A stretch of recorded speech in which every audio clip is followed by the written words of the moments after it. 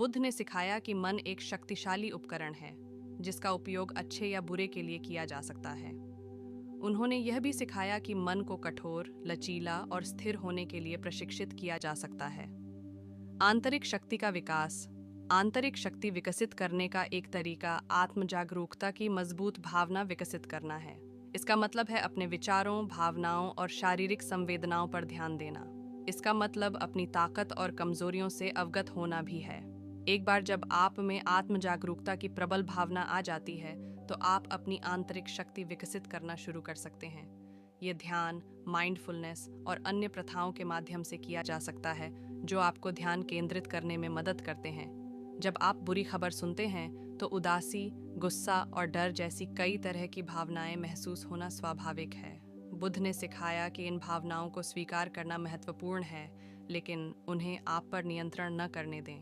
बुरी खबर सुनने के बाद मानसिक स्थिरता बनाए रखने का एक तरीका है सचेतनता का अभ्यास करना, माइंडफुलनेस। बिना किसी निर्णय के वर्तमान क्षण पर ध्यान देने का अभ्यास है। जब आप जागरूक होते हैं तो आप अपने विचारों और भावनाओं से अवगत होते हैं, लेकिन आप उनमें फंस नहीं जाते हैं। बुरी खबर सुनने के बाद मानसिक स्थिरता बनाए रखने का दूसरा तरीका करुणा का अभ्यास करना है। करुणा अपने और दूसरों के प्रति दयालुता और समझ महसूस करने का अभ्यास है। जब आप दयालु होते हैं तो आपके आलोचनात्मक होने की संभावना कम होती है और चीज़ों को जैसी वे हैं वैसे ही स्वीकार करने की संभावना अधिक होती है। बुद्ध ने सिखाया कि मन एक बगीचे की तरह है। यदि आप इसकी देखभाल नहीं करेंगे तो यह घास फूस से भर जाएगा। उसी तरह यदि आप अपने दिमाग की रक्षा नहीं करते हैं तो यह नकारात्मक विचारों और भावनाओं से अव्यवस्थित हो जाएगा। अपने दिमाग को सुरक्षित रखने का एक तरीका यह है कि आप जो जानकारी कंज्यूम करते हैं उसके प्रति सचेत रहें। नकारात्मक या परेशान करने वाले समाचार या मनोरंजन देखने या पढ़ने से बचें। इसके बजाय ऐसी जानकारी को कंज्यूम करने पर ध्यान केंद्रित करें जो सकारात्मक और उत्थानकारी हो। अपने मन को सुरक्षित रखने का दूसरा तरीका है ध्यान का अभ्यास करना। ध्यान मन को शांत करने और तनाव को कम करने में मदद करता है। जब आप ध्यान करते हैं तो आप अपने दिमाग को वर्तमान क्षण पर ध्यान केंद्रित करने और नकारात्मक विचारों और भावनाओं को दूर करने के लिए प्रशिक्षित कर रहे होते हैं। मन की कठोरता पर बुद्ध की शिक्षाएं आज भी उतनी ही प्रासंगिक हैं जितनी पहले थीं। आंतरिक शक्ति विकसित करके, मानसिक स्थिरता बनाए रखकर और अपने दिमाग की रक्षा करके आप एक ऐसा दिमाग विकसित कर सकते हैं जो कठोर, लचीला और स्थिर हो। इस चैनल की सफलता में आपका योगदान सबसे महत्वपूर्ण है। आपकी प्रेरणा और समर्थन की बदौलत ही हम ये सार्थक सामग्री लाने में सक्षम हुए हैं। यदि आप चाहें तो सुपर थैंक्स के माध्यम से या हमारी मेंबरशिप ज्वाइन करके हमें आर्थिक रूप से सहायता प्रदान कर सकते हैं। यदि आप आर्थिक रूप से समर्थन नहीं भी कर सकते तो भी कोई बात नहीं, हम आपके लिए बेहतरीन वीडियो लाने की पूरी कोशिश जारी रखेंगे। आपका हर योगदान हमें और भी बेहतरीन वीडियो बनाने के लिए प्रेरित करता है। आप हमारे लिए बहुत ज़रूरी हैं और हम आपके आभारी हैं। धन्यवाद।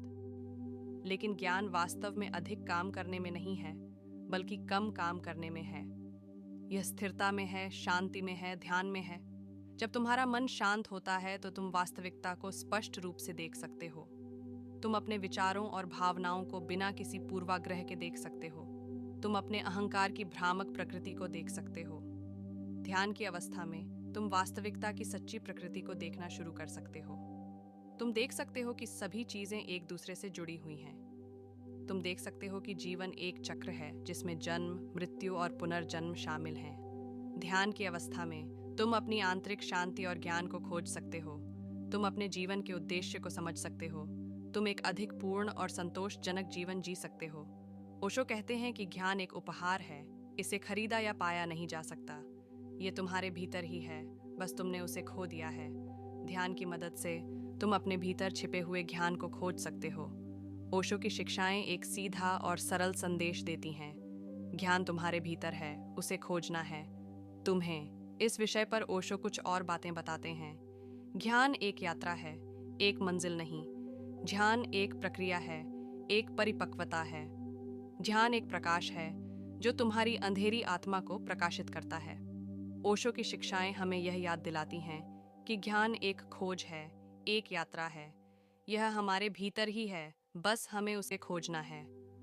ओशो कहते हैं, ज्ञान की पूरी प्रक्रिया एक आंतरिक यात्रा है। यह जानकारी के पीछे भागने के बारे में नहीं है, बल्कि अपने स्वयं के अस्तित्व की गहराइयों में जाने के बारे में है। वह हमें ध्यान और शांति की स्थिति विकसित करने के लिए प्रोत्साहित करते हैं, अपने विचारों और भावनाओं को बिना किसी निर्णय के आने और जाने देते हैं। इस आंतरिक शांति की स्थिति में हम वास्तविकता को स्पष्टता और अलगाव के साथ देखने लगते हैं, जो हमारे भीतर निहित गहन ज्ञान को उजागर करता है। आज के लिए बस इतना ही। सब्सक्राइब और शेयर करना न भूलें। अपने सुझाव कमेंट में ज़रूर दें। धन्यवाद।